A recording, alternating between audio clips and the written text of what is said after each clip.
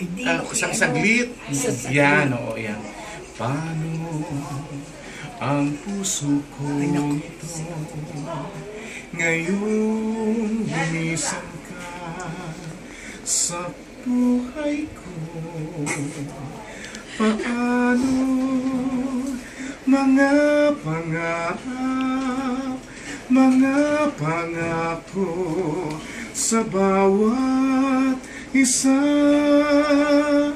Sana ika'y muling makita ko, tawhin ang tibok ng puso mo.